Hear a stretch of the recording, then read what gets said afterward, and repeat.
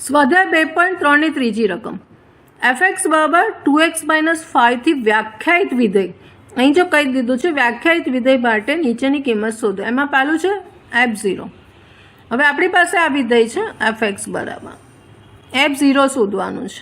એટલે x ની જગ્યાએ શું છે 0, એટલે અહીંયા શું મૂકીશું 0, એટલે 2x છે ત્યાં 0 -5, એટલે અહીંયા જવાબ આવશે 0 - 5 પહેલાનો જે આન્સર આવશે 5. પછી 7 મૂકવાનું છે. આપણી પાસે બીજી રકમમાં f7 શોધવાનું છે. 7નું f આગળનું મૂલ્ય. fx બરાબર છે 2x - 5, એટલે x ની જગ્યાએ આપણે મૂકીશું 7, એટલે 2, આની જગ્યાએ 7 - 5, એટલે અહીંયા 14 - 5 અહીંયા આવશે 9 આવશે. આ જવાબ આવશે 9. પછી f3 શોધવાનું છે. હવે આપણી પાસે fx બરાબર છે 2x - 5, f -3 છે, એટલે આને બોલાય કઈ રીતે -3નું f આગળનું મૂલ્ય, એટલે આ 2, અહીંયા x ની જગ્યાએ -3 - 5, એટલે -6 - 5 -11 આવશે. સ્વાધ્યાય 2.3 એની ચોથી રકમ. વિધેય t એ સેલ્સિયસમાં ઉષ્ણતામાન અને ફારનહીટમાં ઉષ્ણતામાન વચ્ચે રૂપાંતર કરતું સૂત્ર TC બરાબર 9C/5 + 32 દ્વારા વ્યાખ્યાયિત હોય તો નીચેના મૂલ્ય શોધો. પહેલાં T0 શૂન્ય શોધવાનું છે, એટલે આની જોડે સરખાવશો તો T અને C ની બરાબર અહીંયા શૂન્ય મૂકવાનું છે, એટલે 9 × 0 9 × 5 + 32, એટલે 0/5 + 32 માટે 0 + 32, એટલે પહેલો આન્સર આવશે 32. પછી છે T28, એટલે આ આપણે એક નંબર આપીએ તો એક નંબરમાં આપણે C ની કિંમત 28 મૂકીશું, એટલે 9 × 28/5 + 32 થશે. અને પછી સાદુરૂપ આપવાનું છે, એટલે 9 × 28 અને 5 વડે એને આપણે ભાગવાનું છે, એટલે જે આન્સર આવે એ મૂકીશું. એટલે અહીંયા જે સાદુરૂપ આપવાનું છે એ તમારે કરી લેવાનું. 28 × 9/5 કરશો તો 50.4 + 32 આવશે, અને આનું સાદુરૂપ આપશો એટલે 82.4 એ બીજો આન્સર આવશે. પછી -10 છે, એટલે C ની જગ્યાએ આપણે અહીંયા જે સૂત્ર છે C છે ત્યાં -10 મૂકીશું, એટલે 9 × -10/5 + 32, એટલે અહીંયા ભાગ જશે 5 દુ 10, એટલે -18 થશે, એટલે -18 + 32, એટલે 32માંથી 18 જશે, એટલે 14 એનો જવાબ આવશે.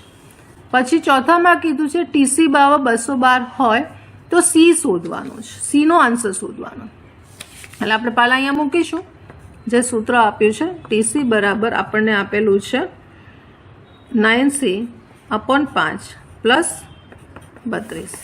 હવે TC બરાબર 212 મૂકીએ, એટલે 212 9C/5 + 32.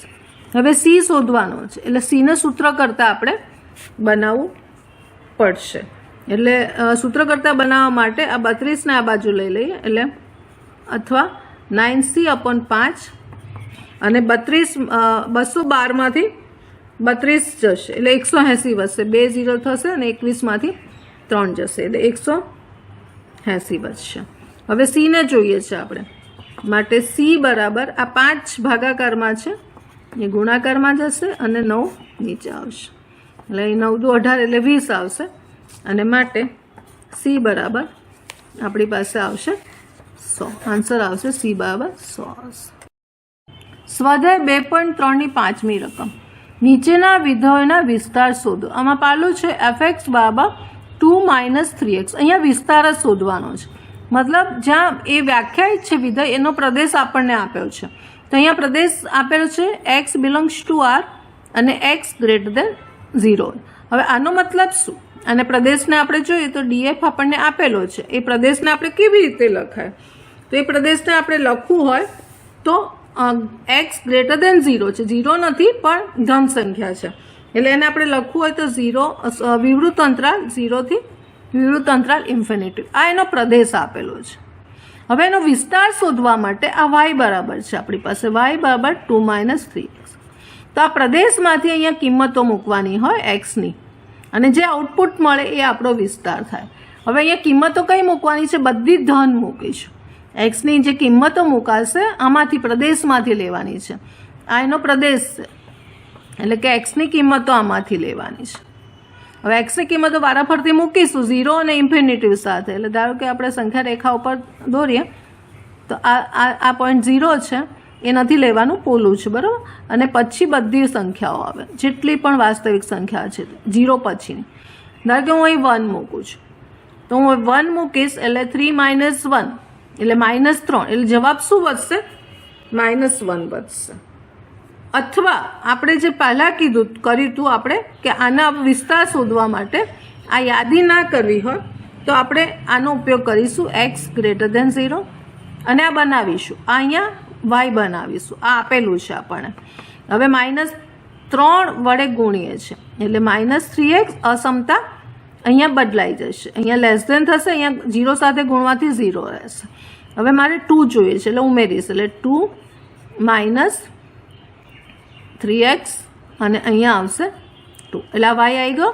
માટે yનું જે બાઉન્ડ્રી મળી y લેસ ધેન 2, y મતલબ વિસ્તાર છે, એટલે yની કિંમત 2 નહીં પણ 2થી નાની બધી લેવાની છે. એના વિસ્તારમાં ટૂંકમાં આવશે, એના વિસ્તારમાં આવશે. એટલે આને લખવું હોય તો y બિલોંગ્સ ટુ વિવૃત અંતરાલ -∞ અને વિવૃત અંતરાલ 2 છે. અને એનો જવાબ આપણે લખીશું, વિસ્તાર લખવો છે તો RF થશે પણ -∞ વિવૃત અને 2. આ એનો જવાબ આવશે. અહીંયા યાદીથી પણ થઈ શકે, તો આ જ તમને જવાબ મળશે બધા, કે તમને જે કિંમતો મળશે એ જોયા કરવાની, પણ આ મેથડ ફોર્મ્યુલા છે. ત્યાર પછી બીજી રકમ fx બરાબર x² + 2. x એ વાસ્તવિક સંખ્યા છે. હવે અહીંયા x એ વાસ્તવિક સંખ્યા છે એટલે x બિલોંગ્સ ટુ R, મતલબ એનો પ્રદેશ થઈ ગયો R આપેલો છે, પ્રદેશ R આપેલો છે, એટલે એક્સની કિંમત જે પણ છે આરમાંથી લેવાની છે.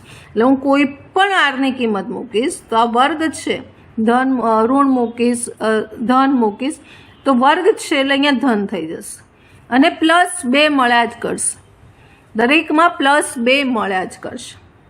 એટલે જવાબ જે જોઈશું એટલે +2 તો ખરું જ, એનાથી ઉપરની ધન બધી વાસ્તવિક સંખ્યા આવશે મોઢે લખવું હોય તો. અથવા આપણે જો એને કરવું છે તો y બરાબર આપણી પાસે x² + 2 છે, એટલે x બિલોંગ્સ ટુ R છે, x બિલોંગ્સ ટુ R છે.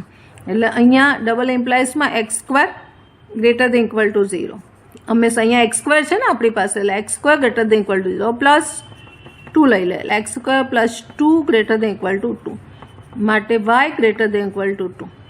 જ્યારે પણ આપણે આ વિસ્તારનું કરીએ ત્યારે ડબલ એમ્પ્લાઇઝ કરવાનું ભૂલાય ને, અહીંયા જોતો જ, એટલે y ની કિંમત > 2, મતલબ y બિલોંગ્સ ટુ અહીંયા શું કેવી રીતે લખાશે તો સંવૃતમાં 2 અને ધન બાજુ જાય છે એટલે ઇન્ફિનિટિવ થશે. આ yનું આવ્યું, માટે આપણો આ રકમનો આ વિધેયનો વિસ્તાર = સંવૃત 2 અને વિવૃત ઇન્ફિનિટિવ. આ એનો જવાબ આવશે. ત્રીજી રકમમાં fx બરાબર x, x એ વાસ્તવિક સંખ્યા છે. અહીંયા df એટલે કે એનો પ્રદેશ આપી દીધો છે, આ પ્રદેશ માટે એનું અસ્તિત્વ છે, વાસ્તવિક સંખ્યા છે R. હવે આરમાંથી બધી સંખ્યાઓ અહીંયા મૂકવાની, એટલે એક્સનો x જ છે. જો fx બરાબર x જ છે એટલે કે x બરાબર y જ છે, એટલે જ્યાં x છે ત્યાં જ y થશે.